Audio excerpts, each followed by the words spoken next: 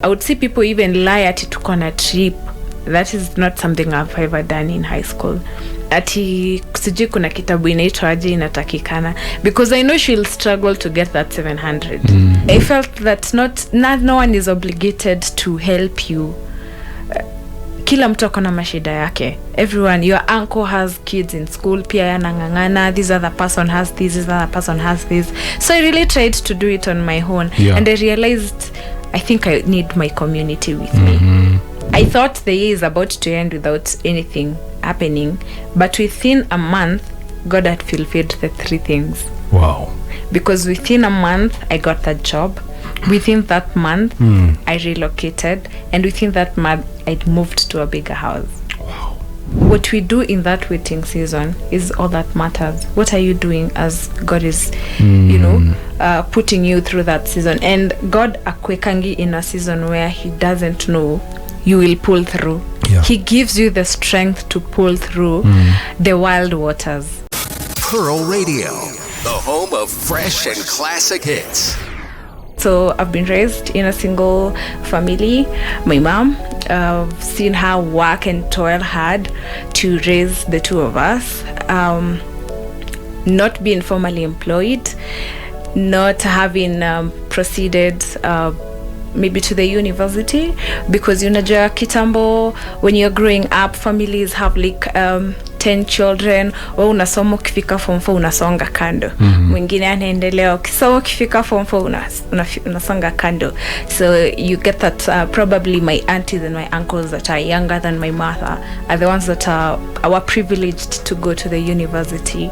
So my mom didn't get that opportunity. So when she got married, she had 2 babies, twins, and I'm really happy that she had a very supportive family. Not like right now, where if she was single right now with 2 babies, she'd have been really struggling. Not that she didn't, but at least she had a very supportive family. So you're twins? Yeah. The other one is your twin brother or twin sister? Twin brother. Twin brother. Yeah. Oh, of course, twin brother. Yeah. Are you the identical fraternal? No, fraternal. We're fraternal.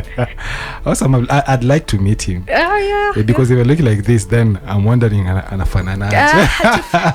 Atufanani, but yeah. I'm Fanani. Yeah. Awesome. But now, talk to us about you mentioned about being raised by a single parent. What are some of those challenges that you're going through? And also talk to us about your school life.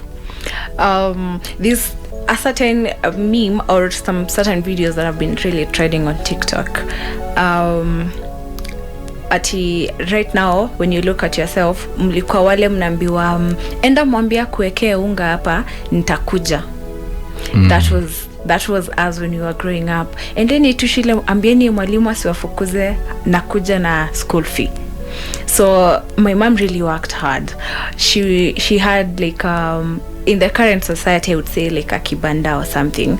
This place where my shosho alikuwa amewapea hoteli, and then alikuwa alichukua a part of the kitchen where we used to cook mokimo. That I'm really good in cooking mokimo.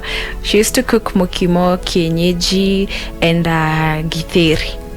That is what she used to sell to make ends meet for us to go to school. She managed to take us through boarding school from nursery all the way until we completed with my brother.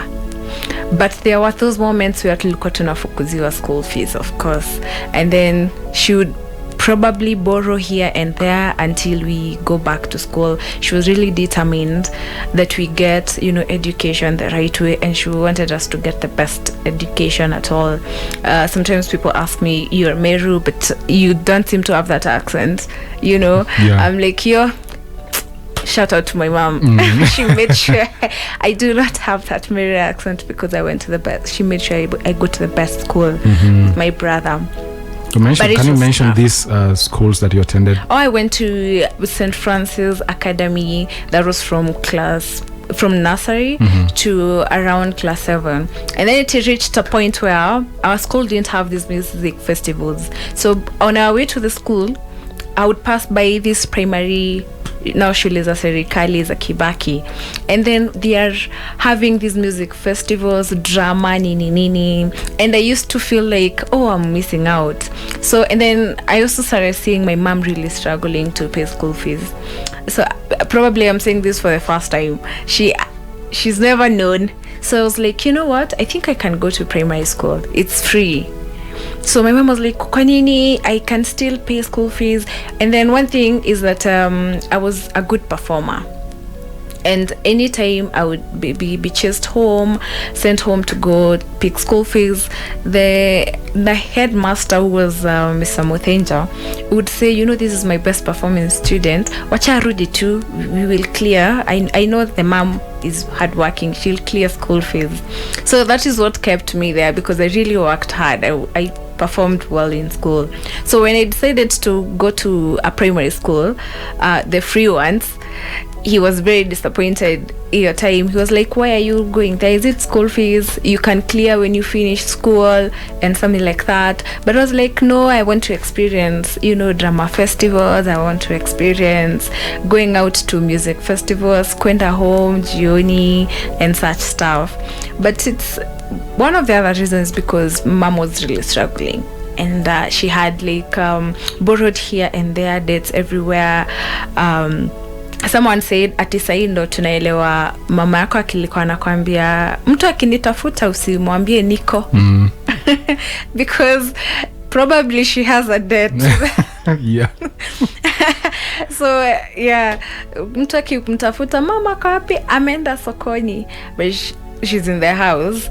We didn't understand why. Unathani maybe hataki kuona mtu ama mtu anamsumbua, but it's because labda alichukua unga, labda akachukua viazi za kupika, hiyo siku akuja kwa na customer, and you know hatuna ati fridge, ni hoteli, not like, you know, this 5-star hotels that have freezers, you'll store the food, mtu akikuja unamwekea.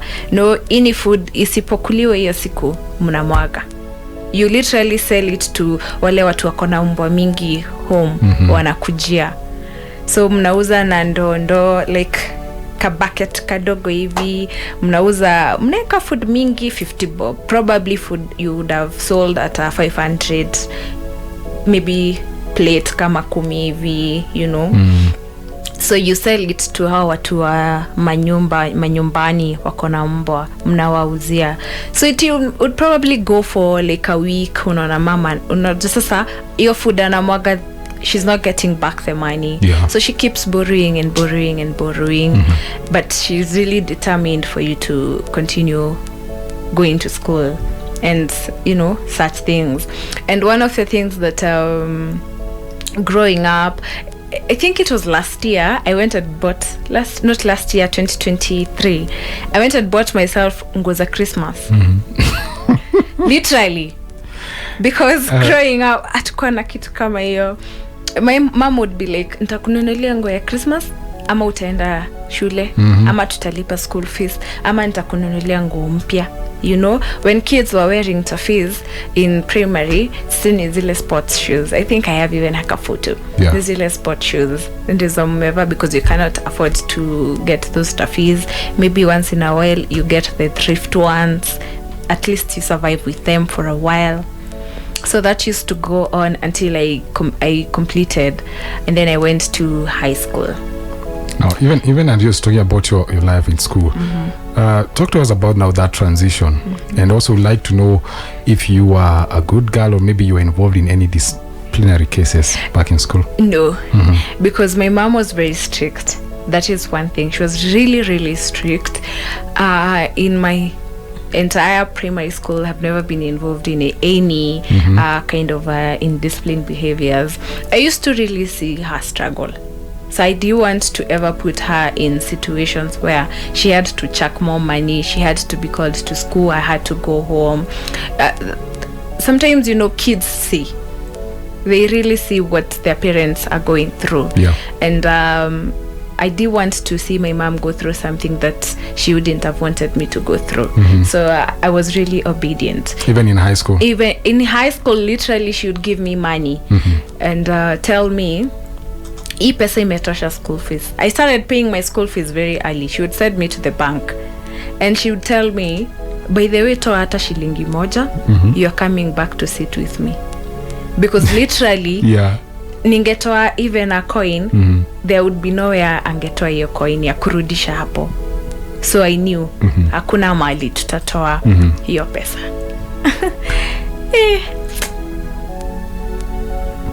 I know.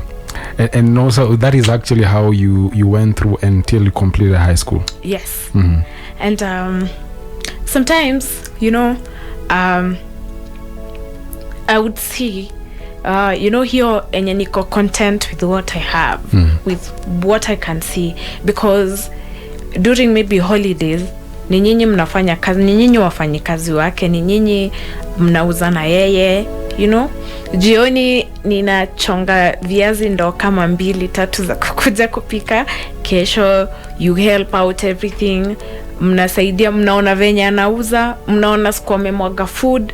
So it would not have been fair for me to even eat that money. I would see people even lie at it on a trip.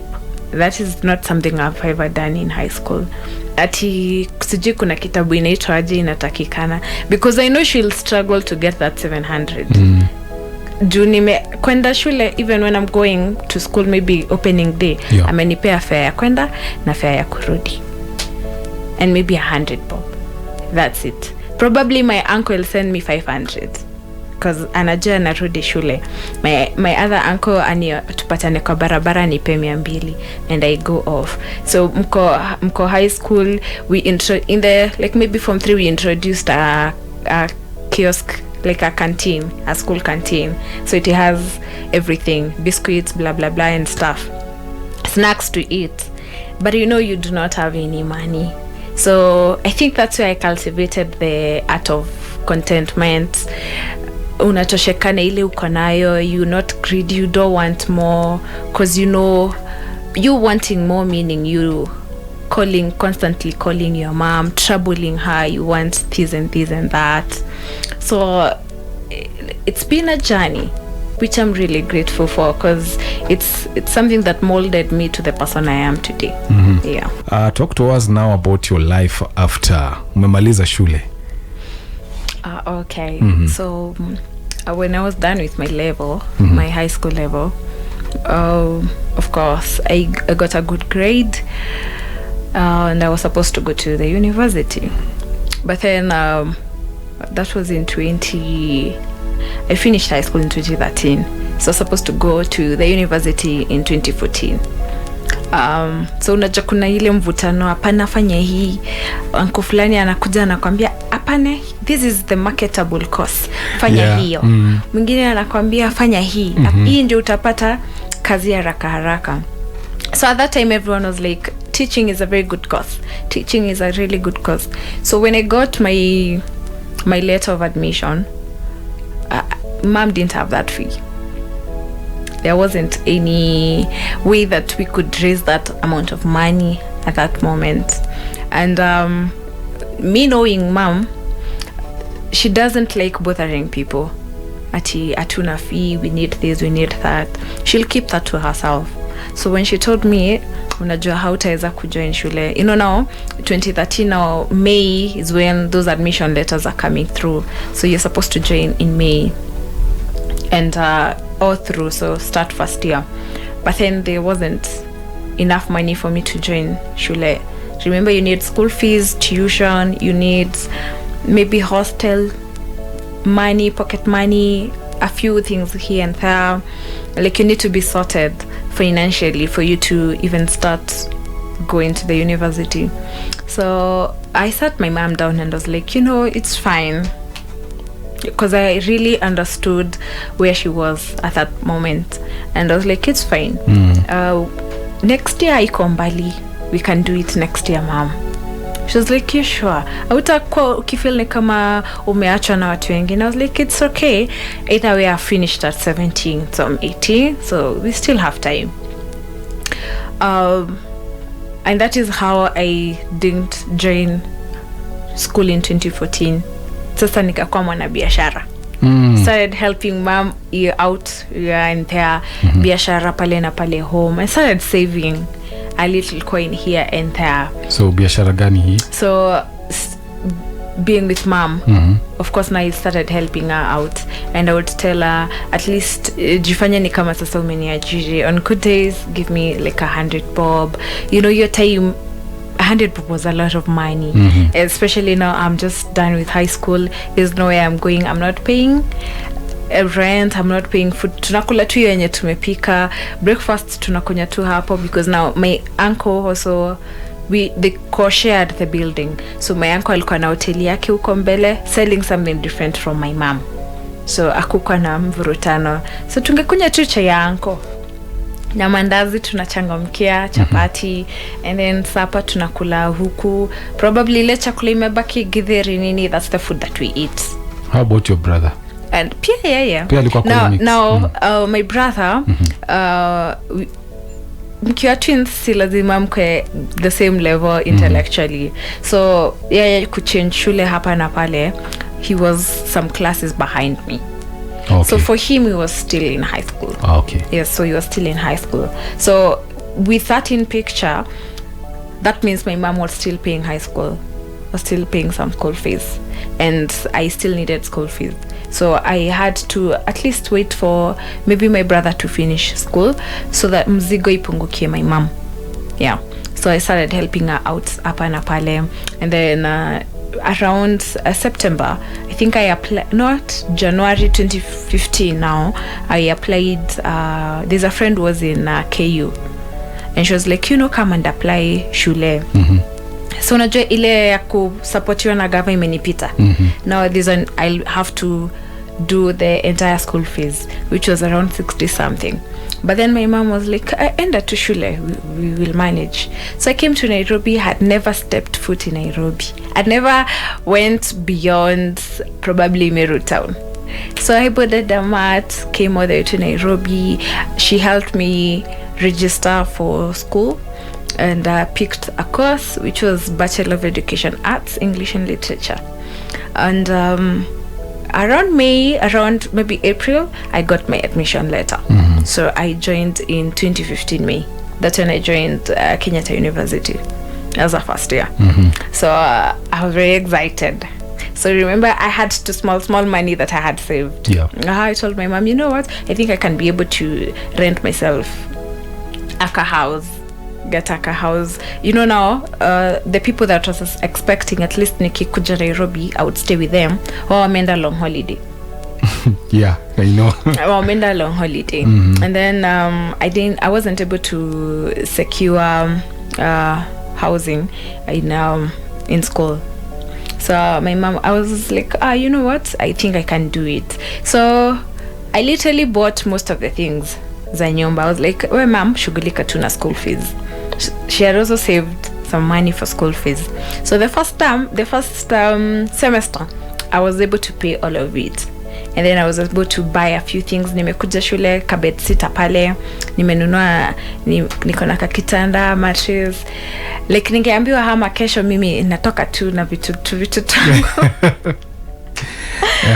Yeah, like there were things I could carry with my hands. Yeah.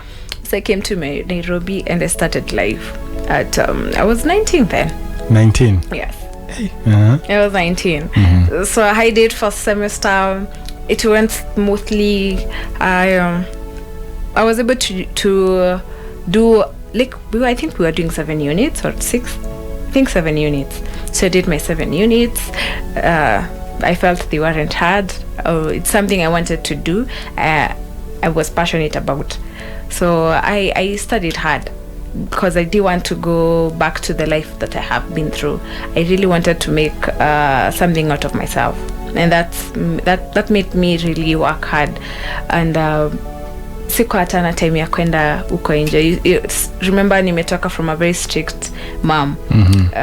Tuli grow up ni kama kwa market. So if one wrong move, so kwa enda funky. And funky nilikuwa naenda.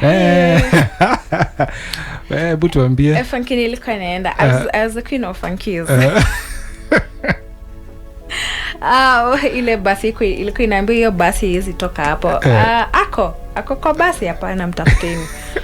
Yeah, I was the queen of funkies.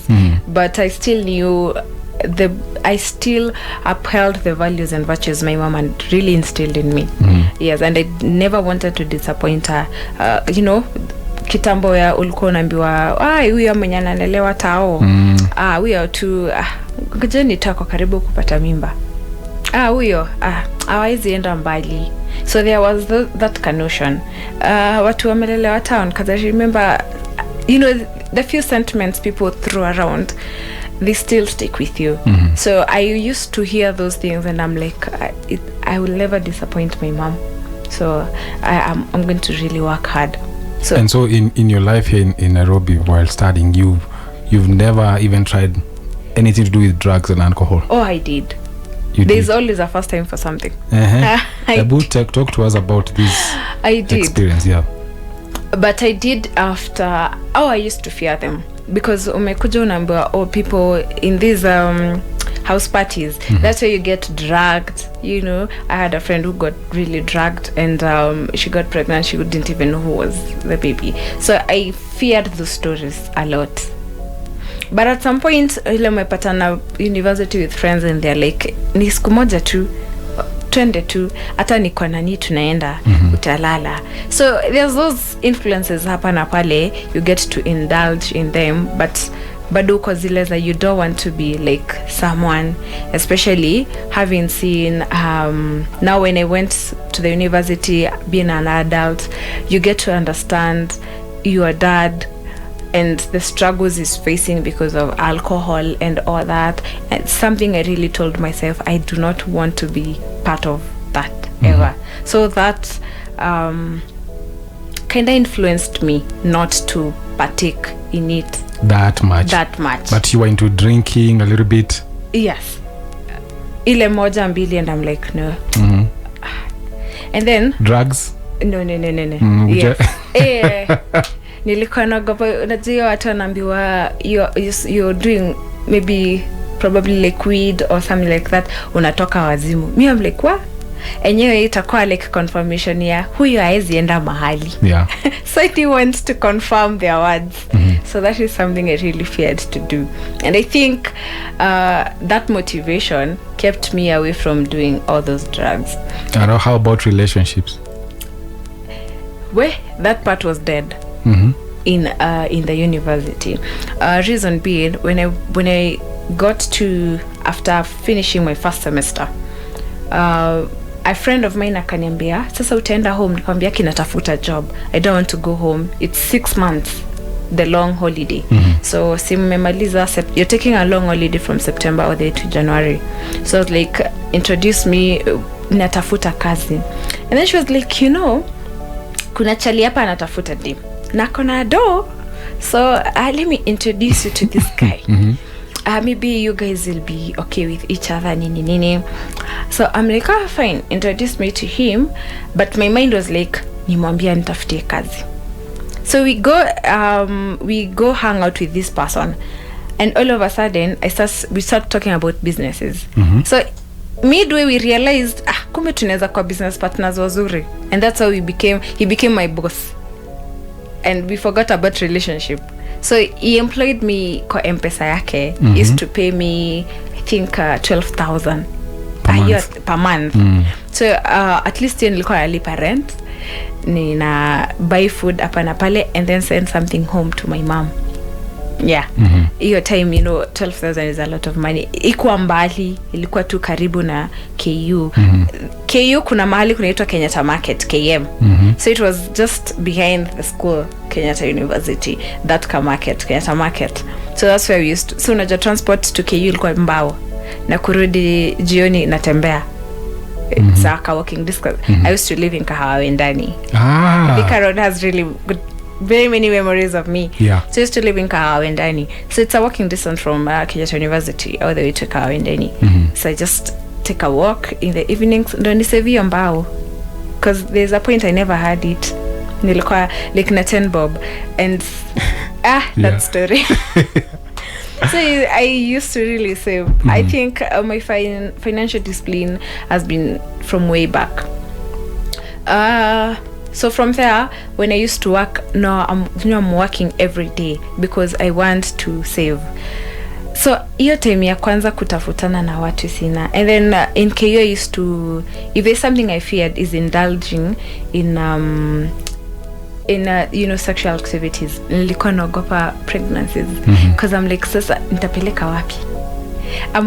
We're already struggling as it is. Yeah.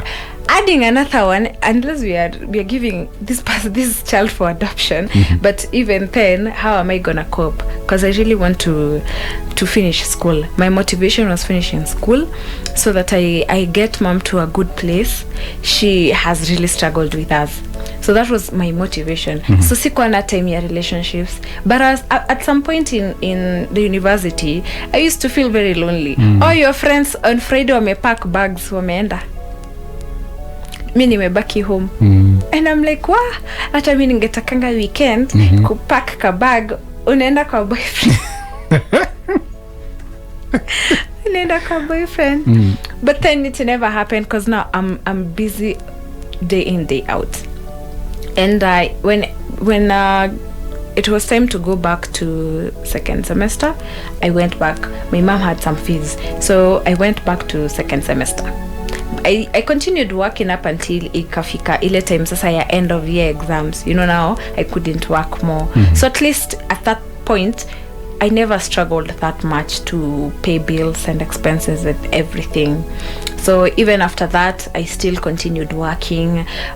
You see these marketing agencies, I used to go for interviews. Kina Golden Marketing, kina YDX something, I don't remember all of them, but those marketing agencies give me jobs. Zile za ku-market. You see those girlies you see standing in supermarkets. Yeah. Wakikwambia kuja kuna promotion ya Omo, used to be them wearing to skirts or, you know, the uniforms, working for different organizations and companies, promoting their brands. So you are called BAs, brand ambassadors. Ndo maana siku hizi hata sizipita mtu supata aniita hata kasinunue hata kama ni sabuni, at least I listen to them because I know kusimama, and you're not supposed to sit down because you don't know who is the supervisor. For example, you're marketing for say Unga Limited. Yes, you might know the supervisor of your marketing agency, but haujui supervisor wa Unga Limited, and they might come around so they see whether the money they are paying for is beneficial. They are getting you know, quality for whatever it is that they want. So atapita tu aone kama utamongelesha. So you would literally talk to anyone and everyone, market that product, talk.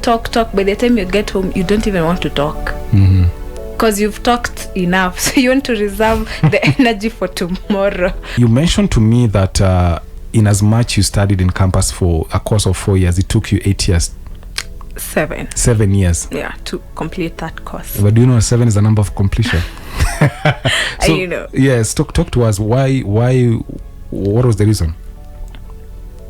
Basically, there was no school fee at some point, so I had to work any kind of job that I got, as long as it was a decent job.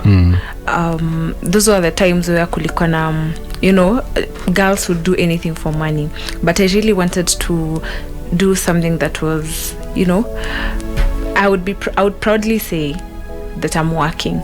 So after 2016 second semester, I think I joined school in 2018 around September or May, if I'm not wrong. So that entire 2 years nearly call off because mom was like, I do not have the fee, and then naelewa situation. So I used to work, and in fact I'm working, trying to save, but you're also sending back money at home.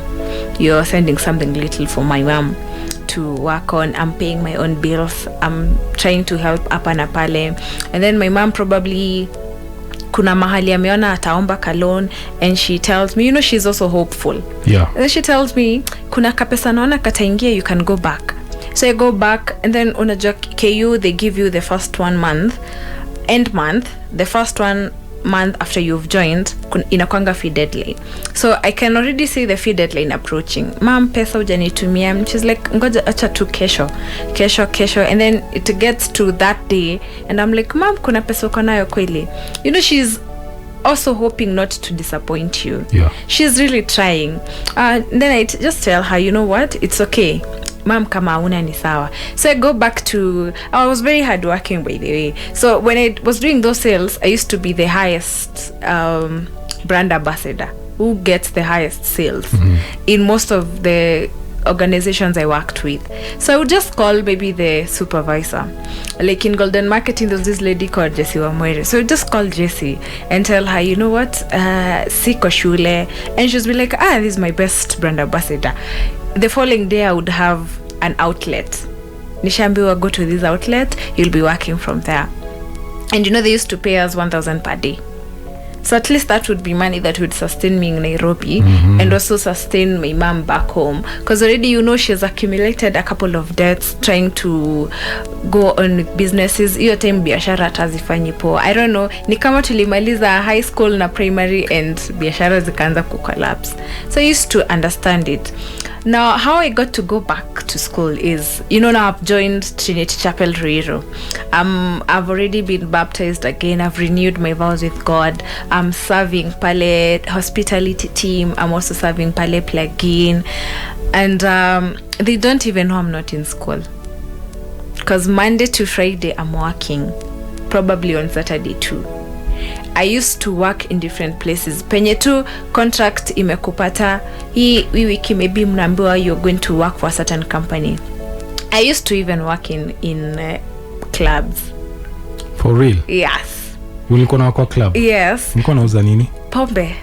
Yenye sikunywi. And how were you able to convince people to take that thing? Niko kazi, na ukiwa kazi you're not allowed to drink. Like as in when you're talking about the product.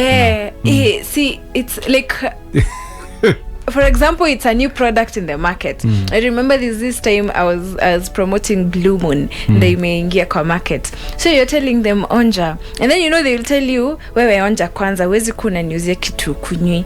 And then you know you'll tell them when we are at work we're not allowed to drink. Wewe kama unataka kunibaia, nibaia alafu eka kando, nitakunywa baadaye. So they are like enye uko kazi.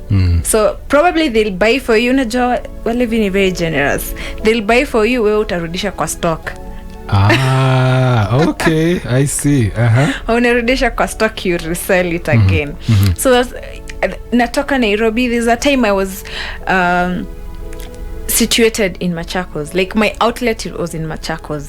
So we used to kuchukuliwa na gari ya kampuni inatupeleka Machakos. We're in Machakos by 2. So it picks us at what is it called, this green building, Afya Center.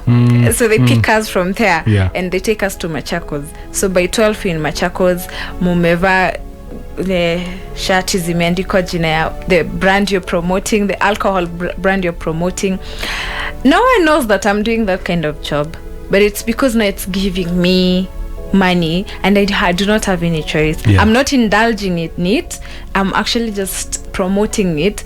But then at some point ikafika niko like, now I am promoting this, and then Sunday nitambia watu msikunywe pombe, and throughout the week I've been convincing people to take the alcohol content so that I get money. So I dropped that. I was like, and it was really good paying, like good money. It's well paying, but I had to drop it because I felt it was contradicting with my values and what I was going for and what I was communicating to people. I can't be telling people something different on Sundays and then throughout the week I'm doing something different. So I decided to start walking the talk. And that's how I quit brand ambassadors jobs, especially for the ones that were giving me jobs to do with alcohol. So at one Sunday I was like, no, I do not have any other option. Sioni kama nitairudi shule, but I was very determined to go back to school. Remember, I wanted to prove everyone wrong. So at one point, and I'm that person who's always smiling, whether I'm in trouble, whether I do not have food, I'll always be smiling. So at one point, this friend of mine, her name is Pastor Wambo. I really love that girl. So I tell Pastor Wambo, I have something to tell you. And she's like, Twiri, unataka kuniambia nini?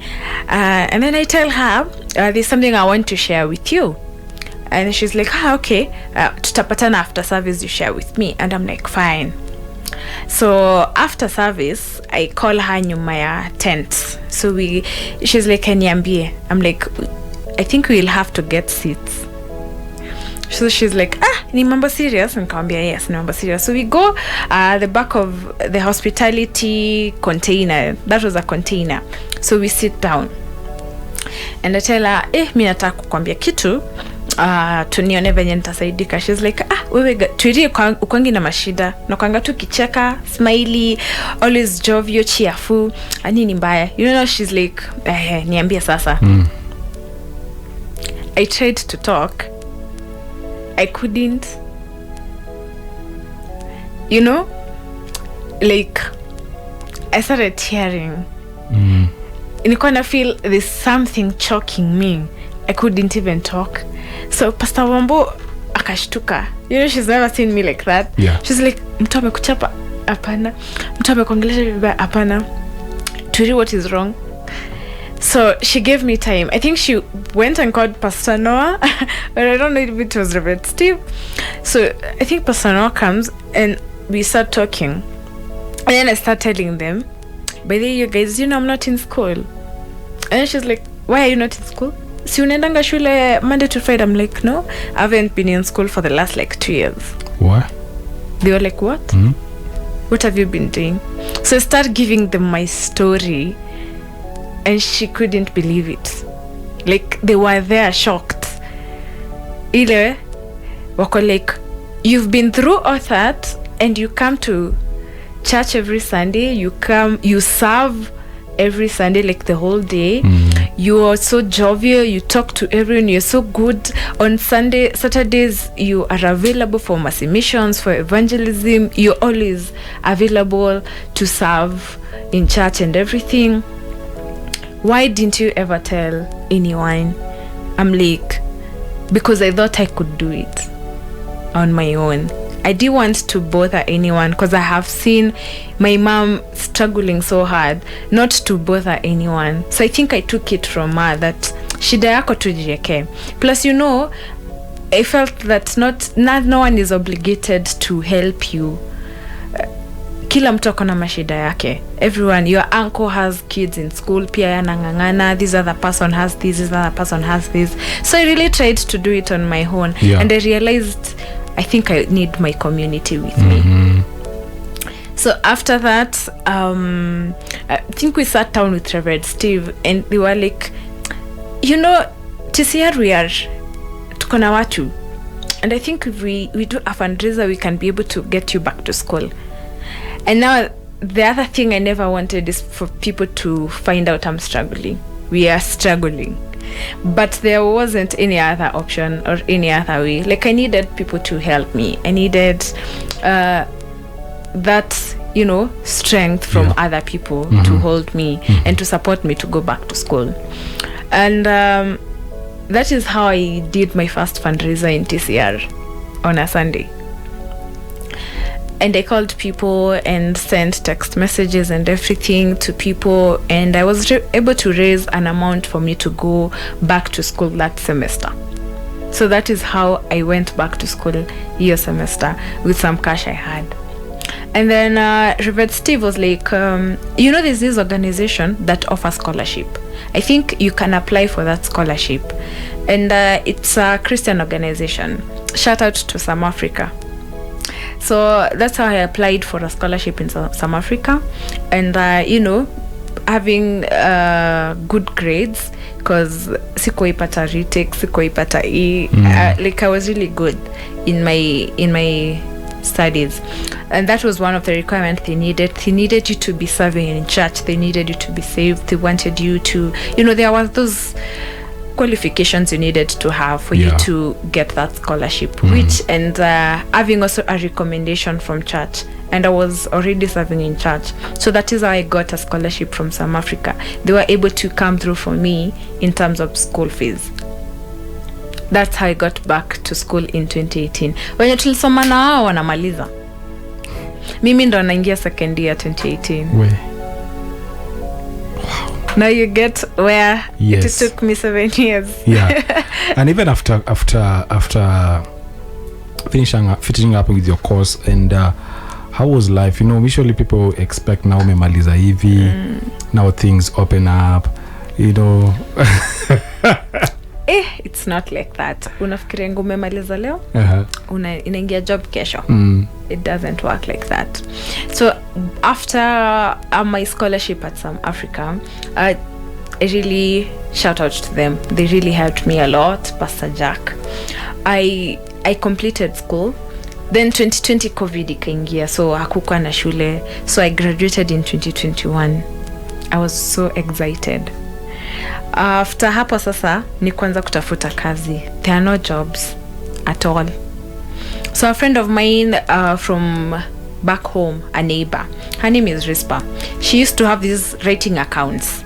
And I was like, nifunzeni hizi kuandika. Writing your time, nifunze writing. So she sent me, the hubby sent me a few things hapa na pale on email to just look into, study them, nijue venye writing inafanywa. Yeah. So I started learning kidogo, and then she asked me to write maybe a page or two. She would go through it, aniambie makosa ni nini hapa na pale within, and I really worked hard. Yeah. And within a few maybe write-ups, I was able to start writing well. She started giving me jobs. At some point nikahama kwangu, so I had already relocated from Kahawa Wendani to Ruiru, Cairo. At some point nikahama Cairo because now writing requires you to be awake at night. Na ile place tulikuwa alikuwa amepea watu wengi jobs, so kama hauko hiyo center alikuwa amekondisha like a house, and then people would come. It's a setup like it was our one bedroom, but then the sitting room alikuwa ameipartition. Everyone had a own place where you would put your laptop and everything. Yeah. So up on there, now I used to sleep there ndo nipate hizo jobs. Where? And a page you're being paid like 300, so I need to really work hard for me to get that. So ulikuwa unalala kwa nini? Nilikuwa nalala huko, and then kwake haikuwa mbali. So I just go shower at her place, eat, and then go back to that place. Or sometimes alikuwa na her daughter was kadogo. Yeah. So there's a place alikuwa ameweka mattress ya kulalishanga mtoto akikuja na yeye maybe during the day or usiku for some few hours. So that's where I used to sleep. So I've already deserted my place. I'm sleeping there because I really need to get those jobs. Because kama uko hapo hautapata hizo jobs. Atapea wenye wako hapo wewe probably utapata zile za mwisho, maybe the ones that are hard or you can't even do. So you need to be there. So I built myself through that, nikakuwa pro in writing. So I used to get, after kukuwa pro now, I went back to my house. That's like after some months. I used to go to my house, maybe could get some few clothes and then go back to where we used to do the writing. So after nimekuwa pro na I went back to my house. Now nilikuwa angenipigia simu ananiamsha, kuna kazi hivyo. Then one day nikiwa kwa group zile za KU, someone sent a link. Akasema this person is looking for teachers for online. So I applied. Just hold that thought. Where, you know, I see how much you're dedicated even to do your work, and you know, and you're very young as well. You know, we are living in a generation where they want things easy. Yeah, sure. I don't know maliza hivi ask like, man lipa pesa ngapi hata kana internship na lipa pesa ngapi. Whatever kupitia the process, you know, but it is very important that you're talking about that so that at least people get to know how you got, you know, you have to make sure that you dedicate yourself to make sure you put that extra hard work, and it is very important. But at the same time, the favor of God, because that is one thing I can see in your life. Abu tuambie ulikuanga conductor? Now this is what happened for me to get there. Yeah. You know, when I was just home, perusing through Facebook. So I see this lady has advertised some handbags and she's selling them at a wholesale price, 550. So I'm like, okay, 550 hii handbag nikipata niuze 800 thou, niangalie mtu anakado 1500. Nitapata do poa. So I took those photos and then reposted on my WhatsApp. So your time, I had so many contacts, more than 2,000 on my phone book. So I started advertising and people used to trust me. So I got orders and I was like, before I deliver your bag, please send money. So people already sent money. That's why I went to town and started picking handbags. So I started selling handbags in town. I would do deliveries myself. So unaona ile harakati ya kufanyanga hizo deliveries myself, unafanya na lofa and these other matatus. So I got a couple of friends pale lofa. So probably tumeenda na wao, nimedeliver handbags, sijashuka, nimedeliver tu nikawambia twende tena. So as you're talking and conversing with them, you tell them by the wanashajua wewe ni mtu wa uni but ni venye uko shule. So wanaona unajituma. So sometimes umekaa pale mtu anakwambia lipisha hiyo mat. Si ni 50-50. Unaamka unalipisha. Siku kwanga by the na shame. Like ilikuwa tu something normal for me. So unaanza kulipisha hivyo. So now you've made friends na wanajua unaweza, and then you're also very honest with them. So they would call me for hizo squad na tunaenda na wao, na sometimes I would meet with my classmates, tunawasalimia na tunabonga kidogo. Class ilikuwa aje, umeenda shule nini, now them they in school. Mimi nitawaambia mimi niliona hii term, wacha nifanye some few things, nitakuja next semester. Hawajui ni fee hakuna. I'm hustling for it. Hiyo ka 50 bob anatuma jioni, nitapewa ka something from it. So that's how I used to from skodi. Kama ungeenda skodi ya matatu ulikuwa unalipa pesa ngapi? Sasa ni jioni. So unajua sasa hiyo jioni derena dondawa washashare pesa yao, na they'll of course send you something. So unajua si umeshindana na wao, and then jueni dem at least wakupea 700. Maybe on a good day that you've made good money, na kama umeshindana na wao doing those deliveries, kulipisha mat nini. I remember there's sometimes tulikuwa tunapatilishwa food pale Ngara. Kuna mama alikuwa anatupea food kwa pot pale Ngara, mnaenda mkikula, mkirudi tena tao, mnarudisha hiyo pot yake tena. That's how you're eating lunch. Yeah, so it used to be a journey. Where? So nimehustle in Nairobi. And now where at what point and where was your breakthrough? Now my breakthrough was now me going back to school. For the school breakthrough was now me sharing my story with a few friends, like Pastor Wambo, and now having to indulge with other people and share my story out, and now getting a scholarship from South Africa. So after that, now my other breakthrough came in unaona kuna ile link nilikuwa nimesema kitambo, I got that link and I enrolled. I started getting those classes, so nikapata online classes. So usiku na work nafanya writing, mchana nafunza. So I have some classes mchana nafunza. Nimeamka kufunza watoi, and I didn't even I wasn't selective. So ilikuwa as much as I'm a high school teacher, I also used to teach watoto wa class 3, 4. Now I started downloading books, getting books, sana English. So I did English and literature. So I started teaching. Then I was diligent in my work, and that month, the person that was the admin of that organization, remember it's online. Hakuna mtu ashaiona mwingine. Tunawakia someone we don't know. So for some reason, that lady just called me, akaniambia, I got a job, and I'm recommending you to my boss for you to replace me. I know you joined, you're not even a month old. And ujue kuna watu walikuwa wamejoin before mimi. Akaniambia, but I don't know, I feel like you can really do this work nicely. Yes. So I was like, yeah, I would want to. So she set up a meeting now with the boss. The boss was his brother, Martin. It was, this organization was Rabbi Teacher Tuition. Rabbi Home Teacher Tuition.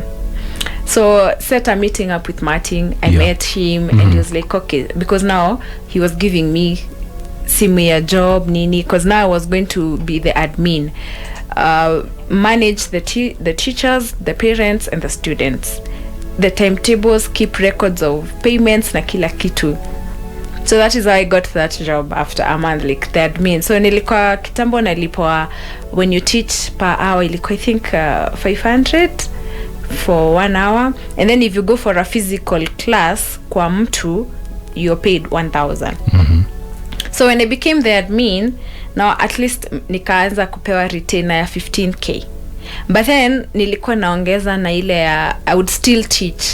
So kuna hizo classes nilikuwa nafunza, because there are some students who say they don't want another teacher. They still want me as their teacher.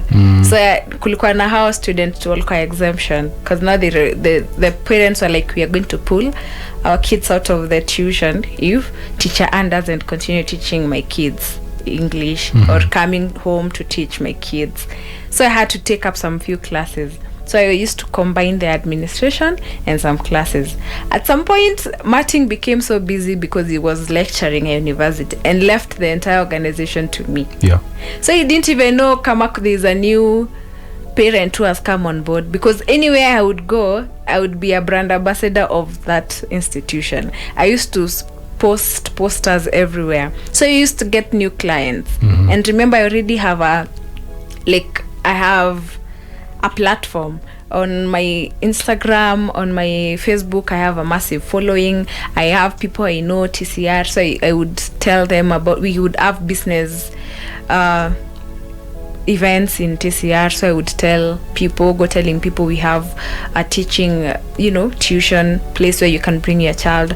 So alikuwa naonanga tu payment imemekiwa, kumbe I've already brought in some new clients. I've known mtoto wake ako form 2 anataka tuition ya English, mathematics, chemistry. I already have teachers in place. Like everything used to go so smoothly until now I got another job mysteriously. Through a Facebook post. Someone posted, I need someone to work somewhere, and I inboxed them. Just like that. Someone I didn't know, just like that. And I inboxed them. Remember the administration job I was doing, it was also someone totally I didn't know. So this other person was someone totally I didn't know. So I just inboxed them on Facebook, and they gave me a number and told me, send your CV here. And I just sent my CV. And then it was so funny, because the interview, where he did the interview, I had to call a friend because nilikuwa suspicious. Was it related to what you're doing? This job? Yeah, so it was related to admin work. Remember, I've also done HR. So it was related to administration and HR. So I was like, okay. But it's very fishy. So I told my friend, we kuja tu nipeleke interview. Utakaa mahali pale. Ukianza kuona nimesinzia nikujie. Yeah. Because I know Nairobi. There were stories of umeenda interview, simu yako imeenda, bag nini, yes. Ama umeachiwa bill. So it's the fact that I got there and the guy was like, you can order whatever you want. I was like, tease what I can tease what I can pay for. Yeah. I literally called this friend, ngambia shika handbag kama hadi. Ukianza kwa kama nasinzia, please kuja, come running.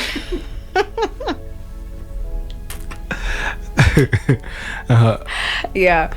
So when they were like, I think they were just trying to, gauge me and get to know me first. That wasn't even my boss. It was just someone who had been sent to come see who I was. So we just talked for like 5 minutes, and then the following day, it was on a Sunday, I get a call from my boss. They're like, oh, hi, how are you? Am I talking to Ann Risper? I'm like, yeah, this is Ann Risper. They were like, okay, you said this and this and this. They're like, yeah. And you said your salary, you wanted a salary of how much? I was like, okay, remember nalipo 15 penye niko. So he was like, how much are you getting paid? Okay, I hope he doesn't listen to this. Yeah. I'm like, we have to build that confidence. Everything. I was like, where I am right now, I'm getting a net of 45. He was like, okay. I think I can offer better than that. I was like, fine. I was like, okay. Okay, can you make it to our office tomorrow? I was like, yeah, sure. Where? So they sent me the location. Wacha ni Google your location sioni. Nikasema bas. This is how I disappear. But I went it was on a Monday morning. So I go. Was it on a Monday or not? It was on a Monday. On a Monday is when he asked me, can you come tomorrow for a face-to-face interview. So I was like, okay, yes, I can. So on Tuesday I go for this interview. So when I go for this interview on a Tuesday, didn't even take like 5 minutes. I just said, hi, how are you? Let me see your credentials. I give them to him. Oh, of course, I touch on a few things. Lazima tujichocha kidogo. I touch on a few things. He says, your CV is incredible. Your certificates are really nice and amazing. It's nice. So he says, we will call you. You know, we will don't call us. We will call you. I was like, okay, God too, please. And then that year, that was in 2013, I had made a prayer to God as I was starting the year. You know, I think there's really power in manifesting. I told God I wanted 3 things. One, I wanted to move from Thika Road. 2, I wanted to get to a bigger house. Man, nitoke bedsitter. Bedsitter Chronicles. 3rd, I wanted a stable job. I was like, Jeremiah 29:11 says, for I know the plans I have for you. Plans to prosper you. So that is what I used to go to God with. Naambia, najua, as in you knew me from my mother's womb. You knew the person I would become, the purpose you had for me. You've defined it. So God, let my will be aligned to your will. So I laid that down, and in between September to December, I thought the year is about to end without anything happening, but within a month, God had fulfilled the 3 things. Wow. Because within a month, I got that job. Within that month, I relocated, and within that month, I moved to a bigger house. Wow. Like I thought, nafaa kusema hivi January na God anaanza January. But all through up to September, towards the end of the year, that is when God was fulfilling these things for me. And I was like, oh my goodness. Within a month, I thought the year is going to end.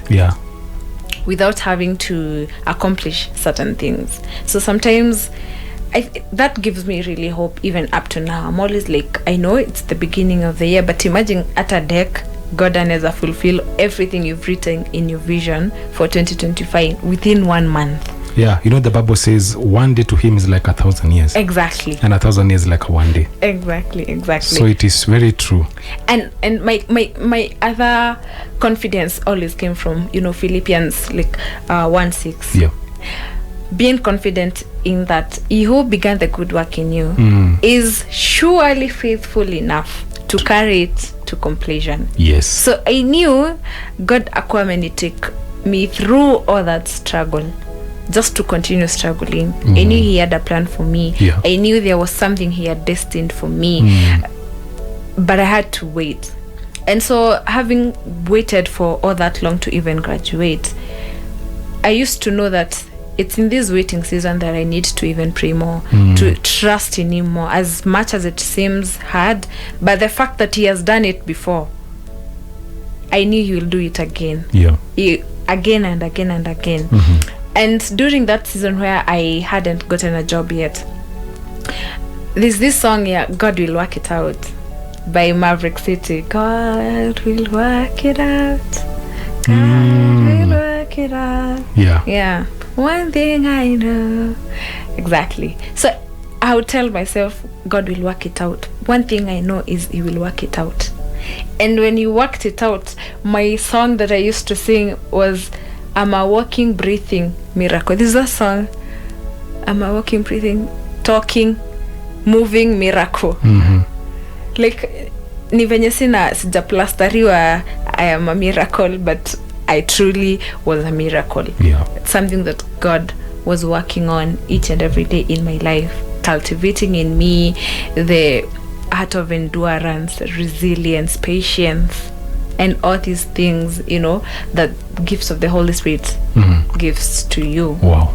Allow me just to prompt you to do this, because I know there are people who are listening, maybe they've been in this called job hunting. Amekuwa akitafuta job ever since ama amekuwa struggle na job, and I know I have been there for some time, and I know the I know the feeling, and sometimes you can get frustrated, you give up as well, and ask a lot of questions. So I want you to be to share a word of encouragement to someone who's listening, and maybe ako kwa situation, maybe ameata graduate with a good course na bado ana feel like sija get anything. Sometimes it's very hard. It's really hard to tell someone trust God na hana food. It's it's practical. Yeah. But one thing I have learned throughout my journey is it always happens, and what we do in that waiting season is all that matters. What are you doing as God is putting you through that season? And God akwekangi in a season where he doesn't know you will pull through. Yeah. He gives you the strength to pull through the wild waters, the muddy waters that you're going through. He gives you the strength to go through. Yes. One thing I would say is you pray hard. And another thing is look for jobs everywhere. Join these groups. 52 weeks of savings, every Tuesday they advertise for jobs. Imagine mtu aki inbox, as much as squeezy kuna scammers and all that, whatever text you see someone, ata mtu aseme I'm looking for someone to do this, inbox them. Sometimes it's not even within the jurisdiction of what you've studied for. But is it something you can do?